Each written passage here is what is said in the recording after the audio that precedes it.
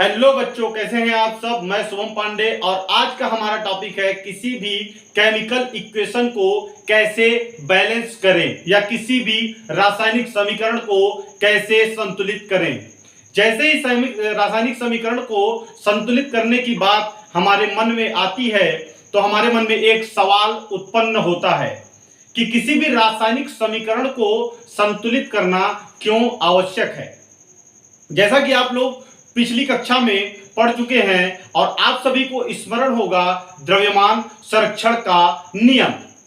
इस नियम के अनुसार द्रव्य अविनाशी होता है, यानी कि किसी भी रासायनिक अभिक्रिया के दौरान द्रव्यमान का ना तो निर्माण होता है और ना ही विनाश होता है। किसी भी रासायनिक अभिक्रिया में उत्पादक तत्वों का कुल द्रव्यमान अभिकारक तत्वों के कुल द्रव्यमान के बराबर होता है।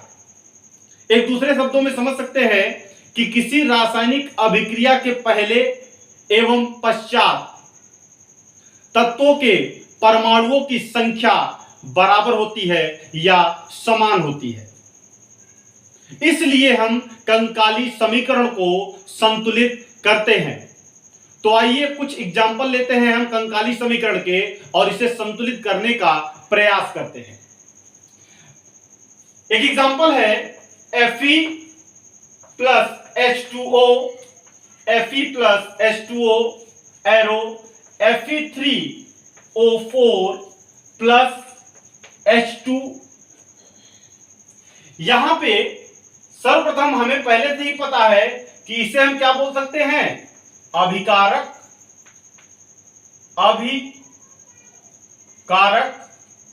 और यहां पे हमारा क्या है, यहां पे हमारे पास है उत्पाद।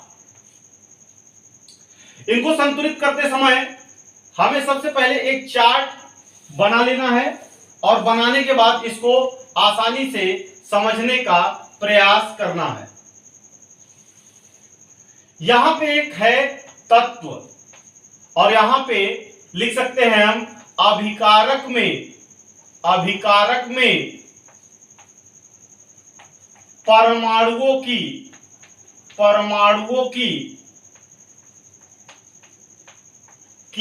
संख्या, और यहां पे है उत्पाद में परमाणुओं की संख्या। यहां पे अभिकारक को हम लोग LHS मान लेते हैं और उत्पाद को हम लोग RHS मान लेते हैं। अब देखते हैं कि अभिकारक में तत्वों के कितने कितने परमाणु हैं और उत्पाद में तत्वों के कितने कितने परमाणु उपस्थित हैं। सबसे पहले आयरन को देखते हैं। अभिकारक में आयरन की संख्या कितनी है, यहां पे केवल और केवल कितनी है, एक है। उत्पाद में आयरन की संख्या कितनी है, तो टोटल कितने हैं, 3। अभिकारक में हाइड्रोजन की संख्या कितनी है, 2, क्योंकि देखिए यहां पे 2 लिखा हुआ है, तो यानी हाइड्रोजन कितने होंगे, 2 होंगे। हाइड्रोजन की संख्या यहां पे 2 है। और उत्पाद में हाइड्रोजन की संख्या कितनी है, यहां पे भी हाइड्रोजन की संख्या 2 है। ऑक्सीजन की संख्या कितनी है, तो ऑक्सीजन की संख्या अभिकारक में है 1 और उत्पाद में है 4 ऑक्सीजन है। तो सबसे पहले हमें यह ध्यान देना है कि या तो सबसे पहले हम धातु और अधातु को संतुलित कर लें, यानी कि नॉन मेटल और मेटल को संतुलित कर लें, उसके बाद हाइड्रोजन और ऑक्सीजन को संतुलित करें, या फिर हम ये देख सकते हैं कि इस अभिक्रिया में चाहे वो अभिकारक हो या उत्पाद हो, इनमें किस तत्व के परमाणुओं की संख्या सबसे अधिक है, सबसे पहले हम उसी को संतुलित करने चलेंगे। तो चलिए यहां पे देखते हैं, सबसे ज्यादा परमाणुओं की संख्या किसकी है, ऑक्सीजन की है। यानी कि यहां पे ऑक्सीजन की संख्या कितनी है, यहां पे 1 है और यहां पे ऑक्सीजन के परमाणुओं की संख्या, यानी कि उत्पाद में ऑक्सीजन के परमाणुओं की संख्या कितनी है, तो हमें पता चला 4 है। तो हम लोग क्या करेंगे, यहां पे अभिकारक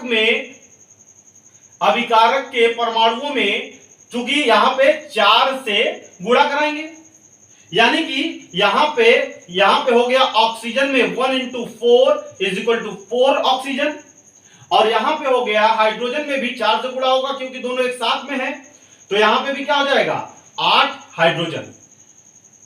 यानी कि ऑक्सीजन के परमाणुओं की संख्या अब अभिकारक एवं उत्पाद में एक समान है, लेकिन हाइड्रोजन की संख्या यहां पे अभिकारक में 8 और उत्पाद में केवल और केवल 2 परमाणु है हाइड्रोजन के।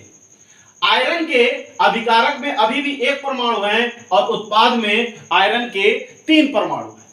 तो सबसे पहले हम किसको बढ़ाएंगे, अब हम बढ़ाएंगे हाइड्रोजन के परमाणुओं की, चूंकि यहां पे संख्या 8 है और यहां पे संख्या अभी भी कितनी है, केवल और केवल 2 है। यानी कि यहां पे हम 4 हाइड्रोजन और बढ़ाएंगे, तो यहां पे हाइड्रोजन के परमाणुओं की संख्या अब 4 और 2 का गुणा कराने पर 4 दूनी 8 हो जाएगा।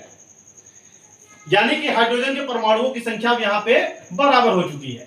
चूंकि यहां पे Fe की संख्या 3 है और यहां पे Fe की संख्या क्या है, केवल और केवल 1 है, तो यहां पे Fe की संख्या में 3 से गुणा कराएंगे और यहां पे हमारा बन जाएगा 3Fe, यानी कि यहां पे 3Fe हो जाएगा।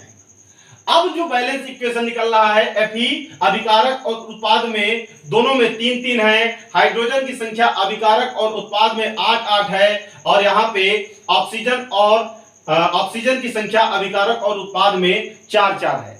जैसा कि हम लोगों ने द्रव्यमान संरक्षण के नियम को पढ़ा अभी, कि वहां पे किसी भी रासायनिक अभिक्रिया के पहले, किसी भी रासायनिक अभिक्रिया के पहले और रासायनिक अभिक्रिया के पश्चात तत्वों के परमाणुओं की संख्या बराबर होती है, तत्वों के परमाणुओं की संख्या बराबर होती है। तो इसे हम लोग क्या बोल सकते हैं, इसे हम लोग बोल सकते हैं संतुलित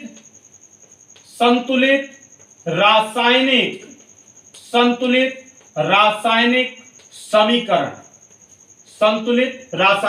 समीकरण। और इस इक्वेशन को कैसे लिखेंगे, 3Fe + 4H2O arrow Fe3O4 + 4H2। चलिए अब किसी एक दूसरे एग्जांपल को लेते हैं और समझने का प्रयास करते हैं।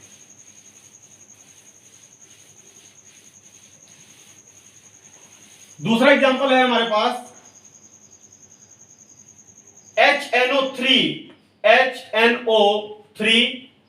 प्लस CaOH का होल ट्वाइस एरो CaNO3 का होल ट्वाइस प्लस H2O। यहां पे ये क्या है हमारे, इसको हम लोग बोलते हैं अभिकारक, और यहां पे हमारे पास क्या है, उत्पाद है, इसको हम लोग LHS बोल सकते हैं, और यहां पे हम लोग इसको RHS बोल सकते हैं, left hand side and right hand side. Left hand side में हमारे अभिकारक हैं, और आइए चेक करते हैं कि हमारे अभिकारक के परमाणुओं की संख्या या अभिकारक में तत्वों या उत्पाद में तत्वों के परमाणुओं की संख्या कितनी उपस्थित है। यहां पे हम लोग तत्व लिख लेते हैं, और यहां पे अभिकारक इसको हम लोग LHS मान लेते हैं, और यहां पे हम लोग उत्पाद और इसको RHS मान लेते हैं। यहां पे हमारे पास पहला एलिमेंट जो है वो हाइड्रोजन है। हाइड्रोजन की संख्या कितनी है, तो चूंकि हाइड्रोजन की संख्या यहां पे 2 है और यहां पे हाइड्रोजन की संख्या कितनी है, 1 है, यानी कि 2 और 1 कितने हाइड्रोजन है, यहां पे टोटल 3 हाइड्रोजन है। यहां पे हाइड्रोजन की संख्या कितनी है, यहां पे हाइड्रोजन की संख्या 2 है, यहां पे कहीं हाइड्रोजन नहीं है, यानी कि यहां पे हाइड्रोजन की संख्या केवल कितनी है, 2 है। उसके बाद हमारे पास क्या है, नाइट्रोजन है। नाइट्रोजन की संख्या कितनी है, नाइट्रोजन यहां पे केवल उपस्थित है, यहां पे नहीं है, तो यहां पे नाइट्रोजन की संख्या कितनी होगी, 1 होगी। और यहां पे नाइट्रोजन की संख्या कितनी होगी, तो यहां पे 2 नाइट्रोजन है, यहां पे 2 और ये N, यानी कि कितना हो गया, 2 नाइट्रोजन हो गया। उसके बाद हमारे पास क्या है, ऑक्सीजन है। अभिकारक में ऑक्सीजन के परमाणुओं की संख्या चूंकि 2 यहां पे है और 3 यहां पे है, तो 3 और 2 मिला के कितना हो जाएगा, 5 हो जाएगा। 3 + 2 = 5। यहां पे कितने ऑक्सीजन के परमाणु हैं, तो 3 और 2 यानी कि कितना हो जाएगा 6, और हमारे पास कितने ऑक्सीजन है +1 oxygen is equal to total हमारे पास कितने ऑक्सीजन है 7 ऑक्सीजन है। यहां पे हमारे पास अनदर एलिमेंट क्या है, यहां पे है हमारे पास कैल्शियम। कैल्शियम के कितने परमाणु हैं, तो अभिकारक में कैल्शियम तत्व के केवल एक परमाणु हैं और उत्पाद में भी कैल्शियम तत्व के केवल एक परमाणु उपस्थित है। यहां पे ध्यान से देखिए, चूंकि यहां पे नाइट्रोजन की संख्या जो है यहां पे उत्पाद में 2 है और अभिकारक में केवल कितना है 1 है, तो यहां पे कितना हो जाएगा 1 × 2, तो यहां पे भी क्या हो जाएगा 2। अब जैसे ही वहां पे 2 हुआ, तो चूंकि हाइड्रोजन की संख्या यहां पे कितनी है, हाइड्रोजन की संख्या यहां पे थी 1 और यहां पे कितनी थी 2, यानी कि 1 × 2 था, 1 + 2 था, 1 + 2 था इज इक्वल टू 3। अब यहां पे चूंकि हमने 2 बढ़ाया तो हाइड्रोजन की संख्या जहां पे 1 लिखी हुई है वहां पे कितने 2 से इंटू हो जाएगा, 1 × 2। ध्यान से देखिए, अब यहां पे हाइड्रोजन की संख्या कितनी हो गई 2 और 2 4, और नाइट्रोजन की संख्या कितनी हो गई 1 × 2 इज इक्वल टू 2, और ऑक्सीजन की संख्या कितनी हो गई, चूंकि यहां पे 3 थी, अब 3 और 2 में गुणा कराएंगे तो यहां पे 2 × 3 हो जाएगा। अब यहां पे हो गया 6 और 6 + 2 कितना हो जाएगा 8 हो जाएगा, और कैल्शियम की संख्या अभी भी यहां पे क्या है 1 है।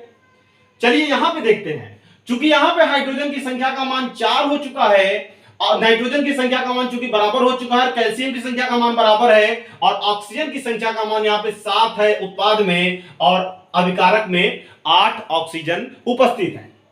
तो हम लोग क्या करेंगे, अगर यहां पे 2 से गुणा कर दिया जाए तो हाइड्रोजन की संख्या 4 हो जाएगी और यहां पे हाइड्रोजन क्या हो जाएंगे बराबर हो जाएंगे, यानी कि 2 × 2 इज इक्वल टू 4। अब देखिए यहां पे हाइड्रोजन के परमाणुओं की संख्या क्या हो चुकी है बराबर हो चुकी है अभिकारक और उत्पाद में, और उसके बाद ऑक्सीजन में चूंकि 2 ऑक्सीजन उपस्थित हैं, 2 ऑक्सीजन के साथ में यहां पे 3 दूनी 6, यानी कि यहां पे क्या हो जाएगा 6 ऑक्सीजन यहां उपस्थित था। अब 1 × क्या हो जाएगा 1 × 2, यानी कि 6 और 2 कितना हो जाएगा 8 ऑक्सीजन। अब इसे बोलते हैं हम लोग संतुलित रासायनिक समीकरण, और द्रव्यमान संरक्षण के नियम के अनुसार यहां पे अभिक्रिया के पहले और अभिक्रिया के पश्चात तत्वों के परमाणुओं की संख्या क्या है बराबर है। तो यहां पे क्या लिख सकते हैं 2H ऐसे लिखेंगे, इसको साफ करके लिखते हैं यहां पे 2HNO3। जो संतुलित समीकरण हमें प्राप्त हुआ है वो ये है 2HNO3 + CaOH का होल ट्वाइस एरो CaNO3 का होल ट्वाइस +2H2O। ये है हमारा संतुलित रासायनिक समीकरण। आइए अब एक क्वेश्चन को और लेते हैं और इसे और अच्छे से समझने का प्रयास करते हैं कि कैसे हम किसी रासायनिक समीकरण को संतुलित कर सकते हैं। यहां पे नेक्स्ट क्वेश्चन है NaOH plus H2SO4, NaOH plus H2SO4, Na2SO4 plus H2O। यहां पे देखिए ये क्या है हमारे, यहां पे लेफ्ट हैंड साइड में हमारे अभिकारक हैं, अभिकारक जिसको हम लोग LHS मान सकते हैं, और यहां पे हम लोग क्या है राइट हैंड साइड में उत्पाद है जिसको हम लोग RHS मान सकते हैं।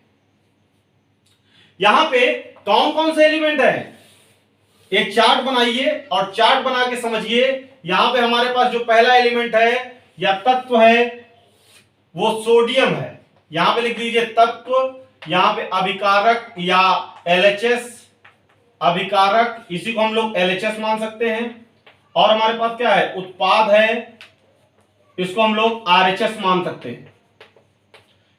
यहां पे हमारे पास सबसे पहला एलिमेंट जो है वो है सोडियम, और यहां पे कितने सोडियम है, चूंकि अभिकारक में सोडियम के परमाणुओं की संख्या 1 है और उत्पाद में सोडियम के परमाणुओं की संख्या कितनी है 2 है। यहां पे ऑक्सीजन जो है, ऑक्सीजन के परमाणुओं की संख्या अभिकारक में टोटल है 1 1 प्लस यहां पे कितने हैं 4 हैं, यानी कि टोटल हमारे पास कितने हैं 5 हैं। वहां पे कितने हैं, वहां पे ऑक्सीजन के परमाणुओं की संख्या यहां पे 4 है और यहां पे कितना है 1, यानी कि 4 + 1 = 5। यहां पे भी 5 है। अब हमारे पास क्या है, हाइड्रोजन है। यहां पे हाइड्रोजन के परमाणुओं की संख्या 1 है और यहां पे हाइड्रोजन के परमाणुओं की संख्या 2, यानी कि दोनों को मिलाएंगे तो कितना हो जाएगा 3।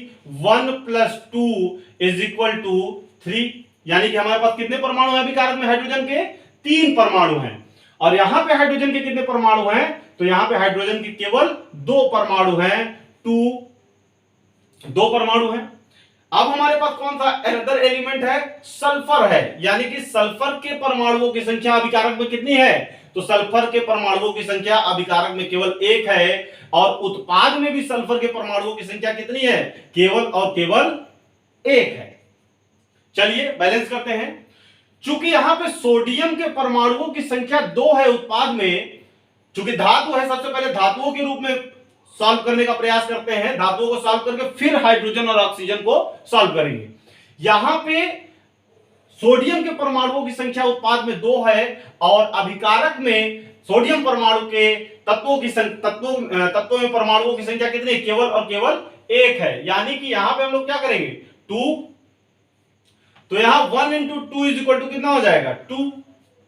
अब चूंकि यहां पे सोडियम तो 2 हो गया, लेकिन ऑक्सीजन के परमाणुओं के मान में भी वृद्धि हो रही है अभिकारक में, तो हम लोग क्या करेंगे 1 × 2, तो यहां पे कितना हो जाएगा 2 और 4, ये टोटल ऑक्सीजन के परमाणुओं की संख्या कितनी हो गई, अब 6 हो गई।